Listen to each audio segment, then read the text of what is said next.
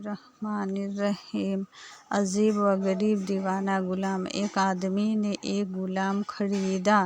غلام نے کہا، اے میرے آقا، میں 3 شرط لگاتا ہوں، آپ مجھے فرض نماز سے منع نہیں کریں گے۔ جب اس کا وقت آ جائے آپ مجھے دن کو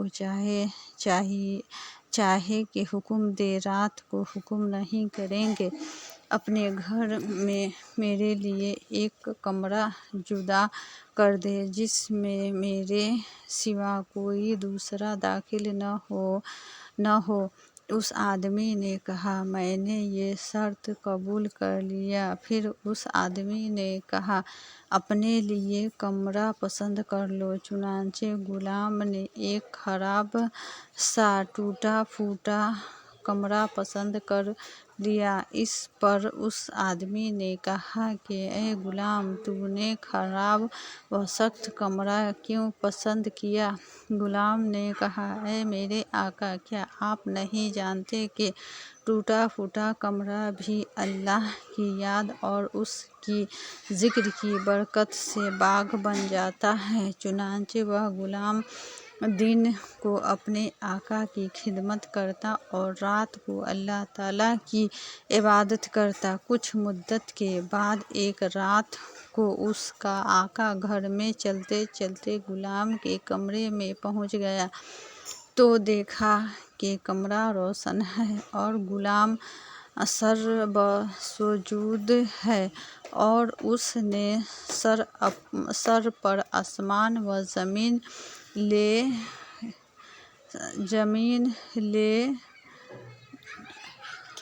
زمین کے درمیان ایک روشن قندیل فانوس معلق ہے، اور غلام اللہ رب العالمین کی بارگاہ میں عاجزی و زاری کے ساتھ مناجات کر رہا ہے کہ اے اللہ، تو نے مجھ پر میرے آقا کا حکم اور دن کو اس کی خدمت لازم کر دی ہے۔ اگر یہ مفرفیت نہ ہوتی تو میں دن رات صرف تیرے ہی عبادت میں مصروف رہتا۔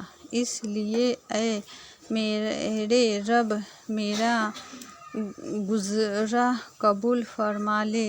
آقا اسے دیکھتا رہا یہاں تک کہ صبح ہوئی اور روشن قندیل واپس چلی گئی اور مکان کے چھت مل گئے۔ یہ سارا منظر دیکھ کر آقا واپس آ گیا اور سب ماجرا اپنی بیوی کو کہہ سنایا۔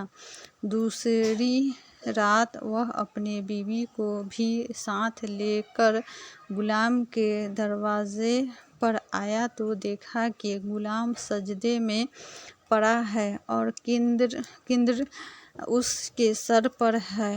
وہ دونوں کھڑے ہو کر یہ سب منظر دیکھ رہے تھے اور رو رہے تھے۔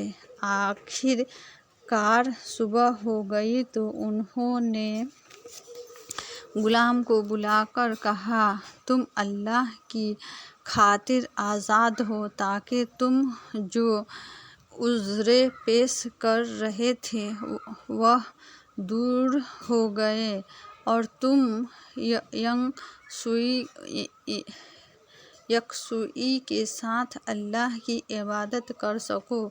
غلام نے اپنا سر آسمان کی طرف اٹھایا اور کہا، یا صاحب السیر، ان السیر قد ظہر ولا ارید حیاتی بعد مظہر۔